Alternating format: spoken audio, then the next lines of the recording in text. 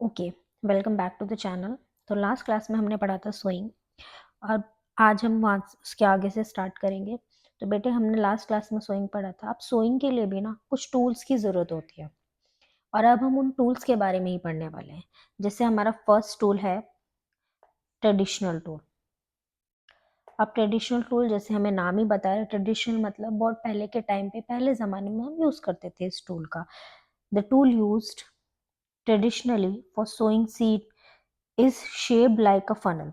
ये एक ऐसा टूल है जो ट्रेडिशनली यानी कि पहले के टाइम पे सीड्स को सोइंग करने के लिए यूज होता था और ये फनल की शेप में होता था। फनल की शेप में कैसा होता था, जैसे आप ये देख रहे हैं, एक फनल है।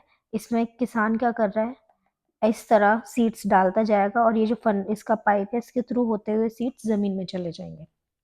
ठीक है, एक फनल बना हुआ था तो उस फनल के थ्रू सीड्स को हम डालते थे और वो सीड्स 2 या 3 पाइप्स के थ्रू पास होते हुए जमीन में चले जाते थे।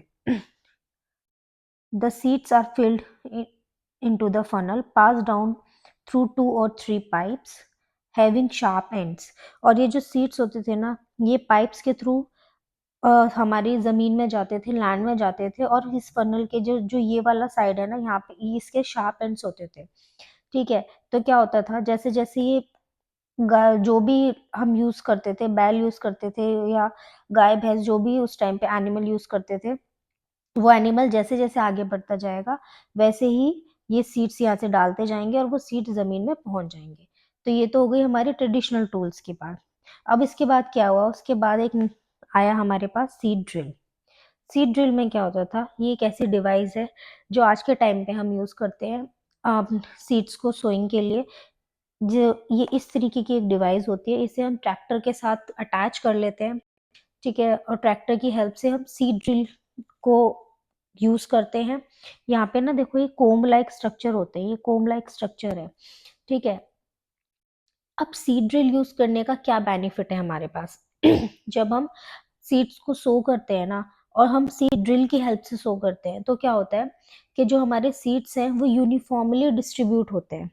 सीड्स हमारे यूनिफॉर्मली डिस्ट्रीब्यूट होते हैं, इक्वल डिस्टेंस पे और इक्वल डेप्थ में डिस्ट्रीब्यूट होते हैं जब हम सीड ड्रिल का यूज करते हैं। तो एक तो ये फायदा हो गया हमारा सीड ड्रिल का। ठीक है, इसके बाद ना, जो कई बार क्या होता है, सीड्स अगर एक ऊपर की तरफ रह गए, ऊपर वाली लेयर की तरफ रह गए, तो क्या होगा, जो बर्ड्स हैं वो आके सीड्स को खा लेंगे। तो उस चीज में भी हमारा सीड ड्रिल हेल्प करता है। सीड ड्रिल की हेल्प से जब हम सीड्स को लगाते हैं तो वो प्रोटेक्ट करता है बर्ड्स को, टाइम को बचाता है, लेबर को बचाता है। तो एक सीड ड्रिल एक बहुत बेनिफिशियल मेथड है हमारे लिए सीड्स को लगाने का। Nowadays the seed drill is used for sowing with the help of tractor. This sows the seeds uniformly distribute करता है इक्वल डिस्टेंस पे और डेप्थ पे। It ensures that seeds get covered by the soil after sowing. This protects seeds from being eaten by birds. Sowing by using a seed drill saves labor and time. Okay. Appropriate distance between the seed is necessary. अच्छा, अब जो हमारे seeds है ना, जब हम seeds लगा रहे हैं तो उसमें अप्रोप्रिएट डिस्टेंस होना भी बहुत जरूरी है, जिससे कि ओवर क्राउडिंग ना हो प्लांट्स की। अब देखो, अगर हम ऐसे ही लगा देंगे तो हो सकता है कहीं पर ज्यादा सीड्स चल डल जाए, कहीं पे कम सीड्स हो, तो इससे क्या होगा, एक जगह पे तो बहुत सारे प्लांट्स आ जाएंगे, एक जगह पे प्लांट्स ही नहीं हो पाएंगे, यूनिफॉर्मली डिस्ट्रीब्यूट नहीं हो पाएगा, है ना। तो इसलिए सीड ड्रिल हमारी इसमें भी क्या हेल्प करता है कि वो ओवर क्राउडिंग को अवॉइड करता है और हमारे सीड्स को इक्वल डिस्टेंस पे डिस्ट्रीब्यूट करता है। This allow plants to get sufficient sunlight. और ये हमारी सीड ड्रिल जब इक्वल डिस्टेंस पे सीड्स को डालता है तो वो क्या करता है, इक्वल डिस्टेंस पे होते हैं तो सफिशिएंट सनलाइट मिल पाती है हर सीड को, न्यूट्रिएंट मिल पाता है हर सीड को, वाटर मिल पाता है जो कि वो सॉइल से लेते हैं। At times a few plants may have to be remove to prevent overcrowding. और कभी कभी जब ओवर क्राउडिंग ना हो, एक ही जगह पे बहुत सारे प्लांट्स ग्रो ना कर जाए, तो हमें कुछ प्लांट्स को निकालना भी पड़ता है। अब हमने 2 पॉइंट्स पढ़ लिए अभी तक, 2 एग्रीकल्चर प्रैक्टिसेस पढ़ ली। फर्स्ट था हमारा प्रिपरेशन ऑफ सॉइल, सेकंड था हमारा सोइंग। अब नेक्स्ट थर्ड है हमारा adding manure and fertiliser. Okay, तो अभी तक हम देख चुके हैं 2 पॉइंट्स, जिसमें फर्स्ट था हमारा प्रिपरेशन ऑफ सॉइल, सेकंड था हमारा सोइंग। हमने प्रिपरेशन ऑफ सॉइल, कैसे सॉइल को प्रिपेयर किया जाता है वो देखा, सोइंग देखा, सोइंग के टूल्स थे उन्हें देखा हमने। नेक्स्ट है हमारा adding manure and fertilisers.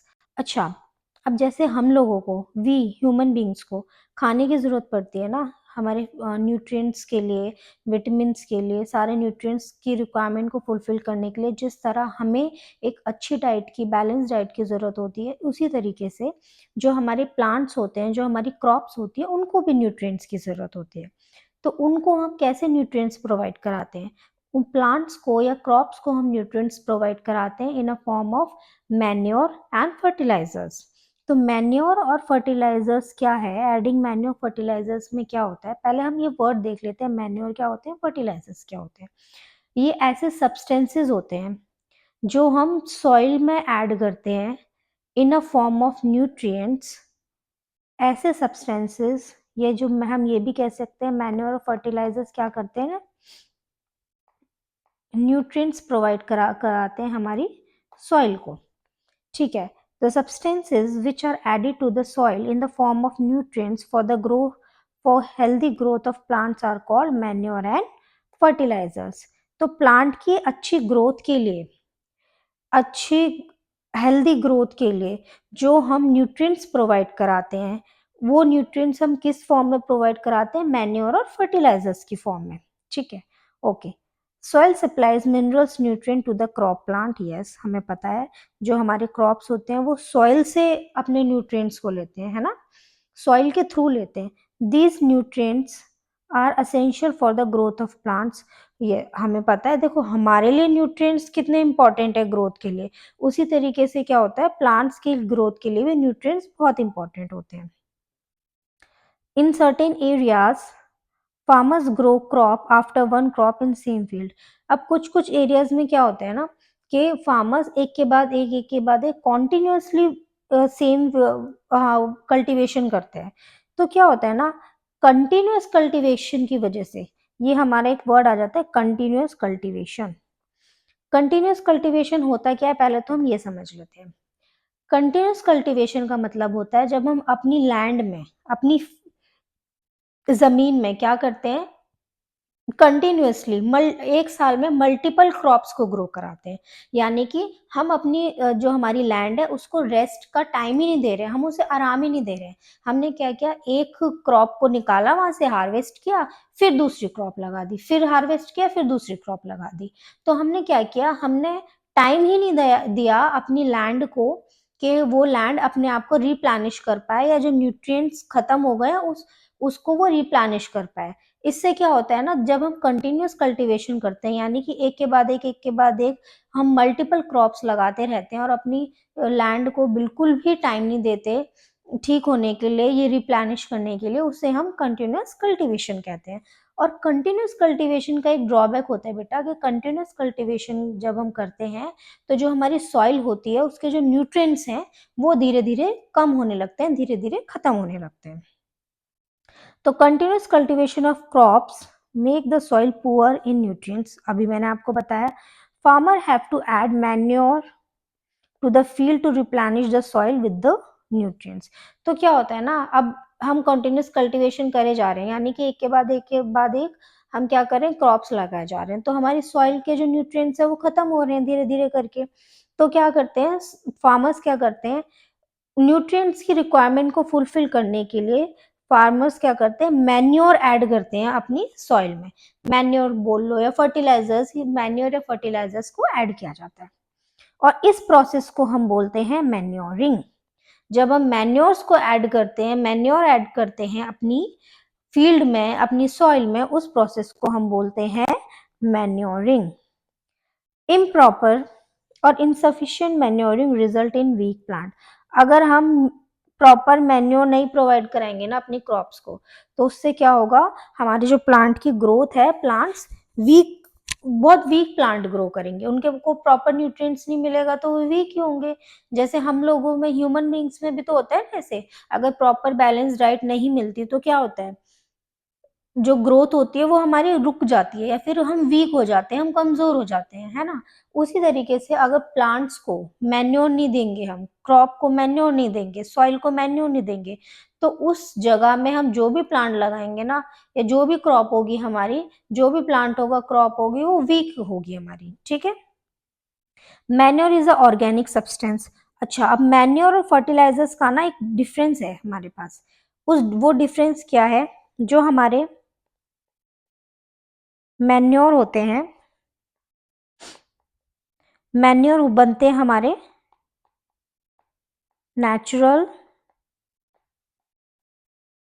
Substance से। मैन्योर हमारे प्रॉपर नेचुरल सब्सटेंस से बनते हैं। जो काउ डंग हो गया हमारा, या प्लांट के रेजिड्यू हो गए, डेड प्लांट्स और एनिमल के पार्ट हो गए, उससे उसको डिकम्पोज करके हम मैन्योर बनाते हैं। वहीं अगर हम बात करें फर्टिलाइजर्स की, फर्टिलाइजर होते हैं हमारे machine made, factory made. Fertilisers हमारे ऑर्गेनिक नहीं होते, ये हमारे ऑर्गेनिक होंगे, मैन्योर हमारा ऑर्गेनिक होगा, लेकिन जब हम बात करते हैं फर्टिलाइजर्स की, तो ये हमारे इनऑर्गेनिक होते हैं, ये नेचुरल नहीं होते हैं। फर्टिलाइजर्स हमारे नेचुरल नहीं होते हैं। तो यही बात हमें भूलिए, manure is an organic substance obtained from the decomposition of plant and animal waste। जो हमारे मैन्योर होते हैं वो हम प्लांट और एनिमल वेस्ट से obtain करते हैं। फार्मर्स क्या करते हैं ना, विलेजेस में हम देखें तो फार्मर्स क्या करते हैं, प्लांट वेस्ट है, एनिमल वेस्ट है, ऐसी जो भी चीजें हैं ना, उसको ना एक जगह पर इकट्ठा कर लेते हैं, किसी पिट में इकट्ठा कर लिया। अब धीरे धीरे करके क्या होता है, उसमें माइक्रो ऑर्गेनिज्म ग्रो करने लग जाते हैं। वो माइक्रो ऑर्गेनिज्म क्या करते हैं, प्लांट और एनिमल वेस्ट को डिकम्पोज करना शुरू कर देते हैं, और धीरे धीरे धीरे धीरे डिकम्पोजिशन होता रहता है, और जो प्लांट और एनिमल वेस्ट होता है वो कन्वर्ट हो जाता है हमारा मैन्योर में। Farmers dump plant and animal waste in a pit at open place and allow it to decompose. The decomposition is caused by some microorganisms. The decomposed matter is used as organic manure.